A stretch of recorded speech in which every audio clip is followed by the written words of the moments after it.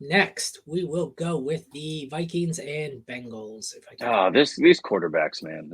More backups, This is baby. More terrible. This is backups. terrible. Good Lord. Browning actually hasn't been terrible. As you see the rank here, 9-18.5. That's ninth best matchup, 18.5 points per game allowed by the opposing defense. In case you're looking at it on screen, I forgot to explain it. We will start with the no-name quarterback game again. It seems like I want to go through these at some point to see. I bet you almost half of them are backup quarterbacks. But anyways, ninth best matchup for Mullins, 20th best matchup for Browning. I have no interest in Mullins or whoever they start. I think they said Mullins, but Browning I will start as a QB2. He's super flex viable. I am not putting him in one QB unless I've absolutely done something wrong. He is my QB 17, and I feel like that's pretty solid. I can't justify moving him up much higher than that, but I feel like him and Baker are the cutoff before, even Will Levis and Gardner Minshew, I guess. Right around 21, 22 is my cutoff into the land of the abyss. And I think Browning is firmly in the mid-range QB2 discussion here. You? Yeah, I'm with you. It's interesting that Jamar Chase has the same confidence he has in Joe Burrow as he does Jake Browning. So take that for what it's worth. He did a tweet, and I was like, oh, interesting. But Browning's been really good. Like, you look at EPA, he's almost similar to Joe Burrow this year. So after that horrific week one performance where they ran 41 plays, outside of that, he's been really good. So if I'm firing up either one of these guys, it's Browning. Like, it's not even close. I don't want to do the Mullins experience. I've seen that before.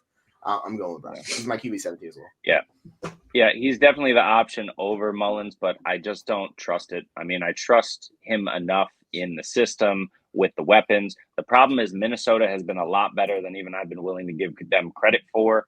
Since Ivan Pace started getting a majority of the snaps at linebacker over the last 3 weeks, he's been dominant and flying all over the field.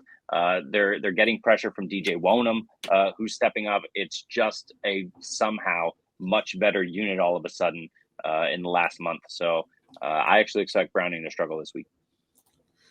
All right. Running backs, sixth worst matchup for the Bengals, 16th best for the Vikings. Having said that, Joe Mixon is easily my favorite in this one. I think he's a low-end RB1. Nope, I have him at 14, so just outside. I might move him up a bit. There's some room. Still early in the week. Madison, don't know if he's playing. Whether it's him or Ty Chandler, I think they're both going to fall in my rankings around low-end RB2. Not great, but they're startable. What do you think? Yeah, I think that's the key thing you're talking about. It's all about Madison himself. And if he plays, then it's really mucks up that situation. If he's out, at least we get the game from Chandler. We're hoping, right? But yeah, like you could flex him. I think I'd be okay with that. His ranking is going to shift quite a bit. He's right now he's 22 for me, but yeah. Sorry, I should also mention I don't have him on the graphic, but I have Chase Brown up as an RB3 now. He's looked good lately. Yeah, where's he at? Yeah, I'm at 37. I bring that up because I traded for him earlier. I know my dynasty league. So I've got DeAndre Swift sitting on my bench, and I wanted to trade him for a future draft pick. So I put up, and the guy who I play this week in the playoffs sent me a second round pick that's going to be between 1 and 4.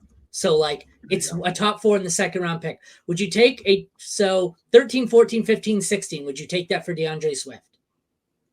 Yeah, I'd be fine with that. Mm-hmm. Okay. Yeah.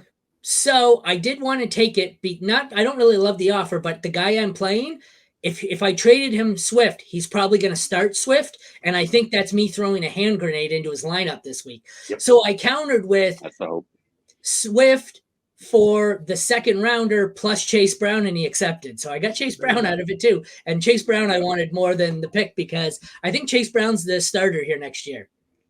So I think there's a chance that happens.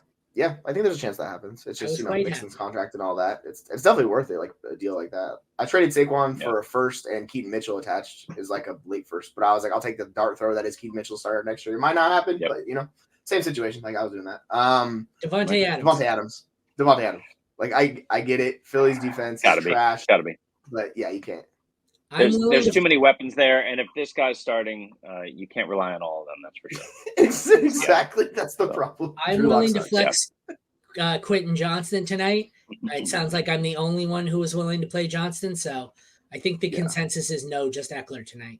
I'll flex Palmer if he's active. Like I'm fine flexing Palmer, but yeah, it's the same kind of situation. Like one wide receiver for the Chargers. All right. And Back then to the if running you backs here. What did you guys think about Mixon, Madison, Brown, Chandler?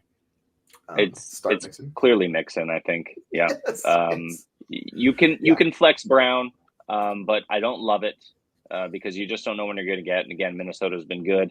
And if Madison's out, you can flex Chandler. If he's in, I don't want him to play either one.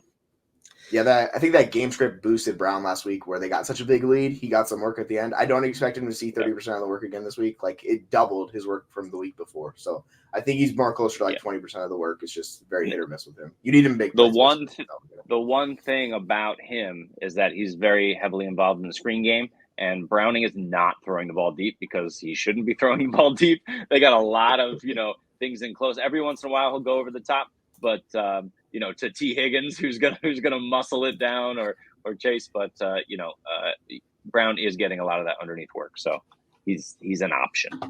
The wide receivers, 12th best matchup for the Bengals. 13th best matchup for the Vikings. And in something we all saw coming for week 1 of the playoffs, I have both Jamar Chase and Justin Jefferson ranked outside the top 15 wide receivers because that's how we all saw it drawn up, right, guys?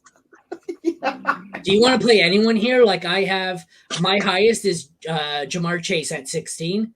And then I have Addison and Jefferson. I think I have Jefferson ranked in the low 30s, Addison in the 40s. Like, move JJ up, move him up. You got to play JJ this week. Listen, Josh Dobbs is no longer starting for this team because he was throwing literal hospital balls last week and put JJ there. Like that ball he threw was just atrocious. JJ went up and got it and paid the price for it. But before he did. Is it possible that Justin Jefferson realized who his quarterback was and it wasn't a hospital ball? He turned it into a suicide ball. He realized he was better off in the hospital. I think the reason why Josh Dobbs is no longer starting for 3 teams now, his 3rd team this season, is simply because he just can't execute simple pass plays, and the wide receivers are not happy about it, right? Like you think this organization is going to let Josh Dobbs out on the field ever again after what he did to Jefferson last week? So no way.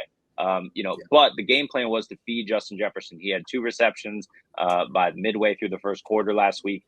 Obviously, that should be the game plan every week with this team. Doesn't matter who's behind center. At least Mullins can throw a slightly more accurate ball, we hope. They are both both wide receiver 2s for me, low-end wide receiver 2s. I'm not moving either higher than that. I don't care. We've seen Mullins. He supported fantasy options back in the day. It's the Gardner Minshew spectrum of players where it's going to be chaotic, but there will be yards, and that's all we care about for Jefferson. Like, he'll get targeted, he'll earn it. Same thing with Chase. Like, both these guys, I'm starting both these guys. I don't care. They're too good to bench for me. I'm not going to have them blow up on the bench. I just won't do it. The interesting one's T. Higgins, and, I still don't trust T. Higgins as a second option in that offense. He's my wide receiver 26 in rankings, but, boy, I don't trust that ranking at all. Like, I would perfectly just try to find another option to play over T. Higgins just because it's just super risky, man. Like, I'm scared to death of T. Higgins this week. Agree. Trying to find it'll be Addison would be a 4th option, but again, those are not guys you want to rely on in the playoffs. You barely want to rely on Chase and Jefferson this week. I have Higgins at 30, Addison at 34. Yeah, Addison's really terrifying, actually. No, thank you. I'm out. Okay, moving on. Tight ends, we have the best matchup for TJ Hawkinson, who you're obviously firing up as a top 3. Then we will go to Herb Smith, Tanner Hudson, whoever. Hudson. The Bengals are starting 20th best matchup. I have no interest in him. Having said that, I am streaming him in 1 or 2 leagues where I'm desperate. He's a desperation streamer. DSTs, middle of the pack matchup for the Vikings. 8th best kicker. 8th best matchup for Evan McPherson. 15th best matchup for Greg Joseph. I will start McPherson. I'm not touching Joseph. DSTs, 9th best matchup for the Bengals. 19th best matchup for the Vikings. I think this one turns into an ugly shootout. I don't really want either defense here. I'm going to look at my rankings, but I don't think I have either of them in the top 12. You guys have anything to add here about that? I have the Bengals at 12 exactly, but I don't really want anything here besides TJ Hawkinson. Where do you have the Vikings as your defense? Not good. 17. Okay. Yeah. No, I mean, it makes sense, right? I mean, one thing I'll say about the Vikings is they can get home to the quarterback. Browning, like I said, I don't expect him to have a very good game, but Zach Taylor can scheme stuff up enough, like he's been doing to keep the play simple for Browning so that he can succeed. I don't love either one of these defenses.